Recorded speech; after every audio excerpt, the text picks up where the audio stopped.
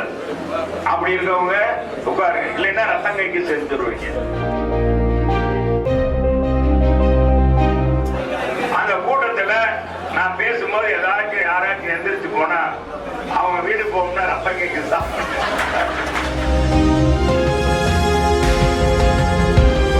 ஒருத்தன் படுத்திருப்பான், அவன் சொல்ல போறான், அவர் மறந்து அவன் அந்த விஷயம் சொல்றான், அதுக்கு மேல கண்ணு திறக்கிற முன்னால யாராச்சும் போயிருந்தீங்கன்னா ரத்தங்கைக்கு சேரும். நானும் சின்ன பிள்ளையில அழுது வைக்கேன்.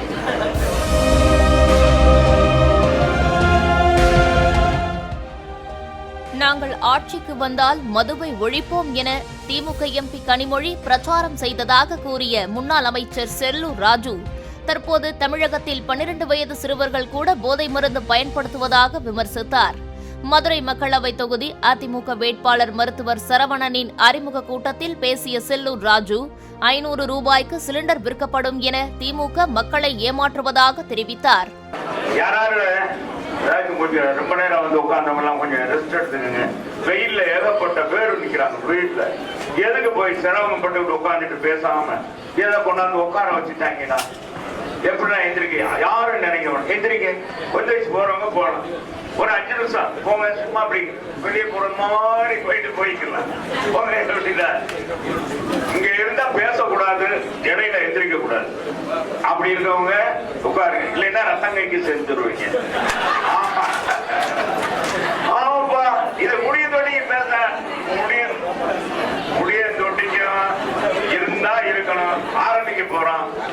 அதுக்கு மேல நான் ஒரு மந்திரம் போட்டு வந்திருக்கேன். இப்பதான் சின்ன பாண்டிட்ட அந்த நேரில போய் மருந்து வாங்கிட்டு வந்திருக்கேன்.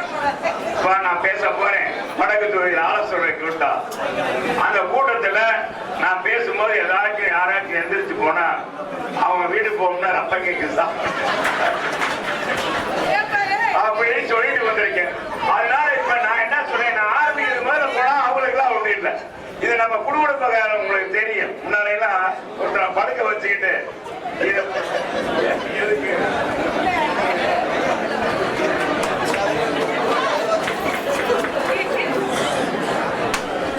முன்னால சொல்லுவாங்கல்ல, ஒருத்தன் படுத்திருப்பான், அவன் சொல்ல போறான், அவர் மறந்து அவன் அந்த விஷயம் சொல்றான், அதுக்கு மேல கண்ணு திறக்கிற முன்னால யாராச்சும் போயிருந்தீங்கன்னா ரத்தங்கைக்கு சேரும். நானும் சின்ன பிள்ளையில அழுது வைக்கேன். பள்ளிக்கூடத்துக்கு போக முடியாத இழுத்துக்கிட்டே இருக்கான்.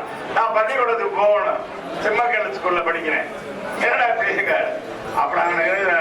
அப்படியே உட்கார்ந்துட்டே இருந்தேன். கடைசியில என்ன, கடைசி வரைக்கும் அவன் திறக்கவே இல்லை. ஏதாச்சும் கொடுத்து அதை பண்ணி இதை பண்ணிட்டே இருந்தான். கடைசியில தான் தெரிஞ்சது அது ஒண்ணு இல்லைன்ட்டு. ஆனா இங்க அப்படி இல்லை. நான் அதுக்காக அந்த நேரி போயிட்டு வாங்கிட்டு யாரு நம்ம வேட்பாளர் வந்துட்டார்.